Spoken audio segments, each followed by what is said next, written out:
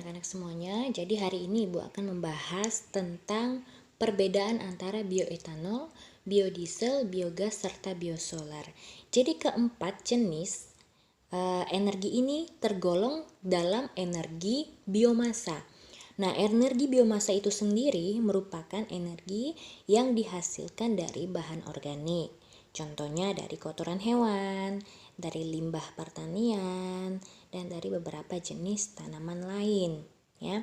Jadi yang pertama kita bahas tentang bioetanol.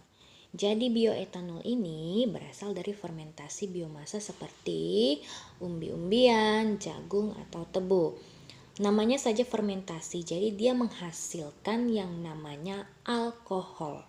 Ya, etanol sama dengan alkohol, jadi itu sama. Lalu yang kedua, biodiesel.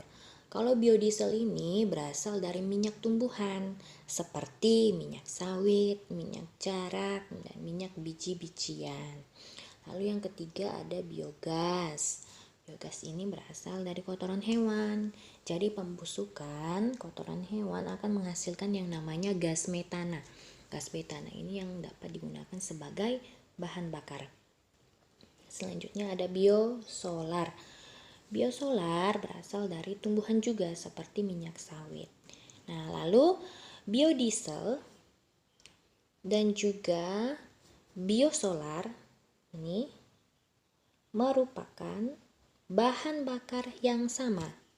Artinya begini, ada mesin ya yang namanya mesin diesel. Mesin diesel. Nah, mesin diesel ini bahan bakarnya apa? Bahan bakarnya solar. Ya. Lalu ada juga yang namanya mesin bensin.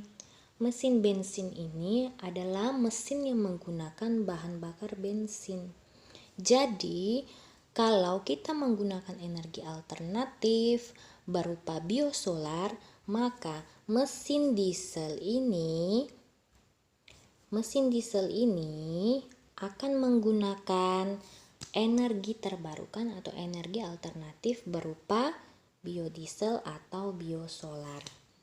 Kalau biosolar kita ambil dari tumbuhan seperti minyak sawit, minyak jarak, atau biji-bijian. Kalau biosolar bisa kita ambil dari minyak sawit, tetapi ada sedikit campuran dengan solar murni. Nah, jadi kalian bisa ketahui mesin diesel itu contohnya adalah kendaraan-kendaraan berat ini. Kendaraan-kendaraan berat dan juga industri. Contoh kendaraan beratnya seperti ada truk, ada bus, ada kendaraan-kendaraan yang biasa digunakan di perusahaan-perusahaan pertambangan, itu kendaraan berat, dan juga yang ada di perindustrian, ya, ada di pabrik-pabrik industri. Nah, itu juga biasanya menggunakan mesin diesel yang bahan bakarnya berupa solar. Nah, tapi karena solar ini merupakan bahan bakar fosil, maka kita bisa menggantinya dengan menggunakan yang namanya biosolar. Ya. Jadi biosolar ini untuk produksinya sendiri oleh Pertamina, ya, dia ada yang namanya biosolar B20. Apa itu B20? Jadi B20 itu adalah biosolar 20%. Artinya begini, dia mendapat campuran 20% dari minyak sawit dan 80%-nya dari solar murni. Jadi masih ada campuran bahan bakar fosil. Ada juga B30, artinya 30% dari minyak sawit, 70%-nya dari solar murni. Ya, itu diproduksi oleh Pertamina. Tetapi terakhir informasi yang Ibu dapatkan tahun lalu, tahun 2020, bahwa Pertamina berhasil mencapai 100% minyak sawit. Artinya sudah tidak ada tambahan solar lagi di dalam. jadi 100% minyak sawit. Nah, untuk biosolar ini ya, ataupun biodiesel, bioetanol, dan bahan bakar yang awalannya adalah bio, itu merupakan bahan bakar nabati ya. Jadi bahan bakar nabati itu sama dengan bahan bakar biomasa ya. Nah, ini berikut Ibu mau perlihatkan sekilas tentang keberhasilan Pertamina memproduksi bahan bakar nabati hingga sampai 100%. Jadi tidak ada tambahan solar lagi di dalam ya. Mohon disimak.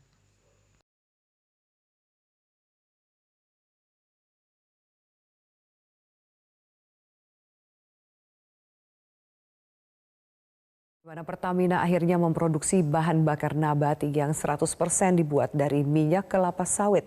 Produk ramah lingkungan dengan nama D100 ini diproduksi di kilang Dumai sebanyak 1.000 liter per hari.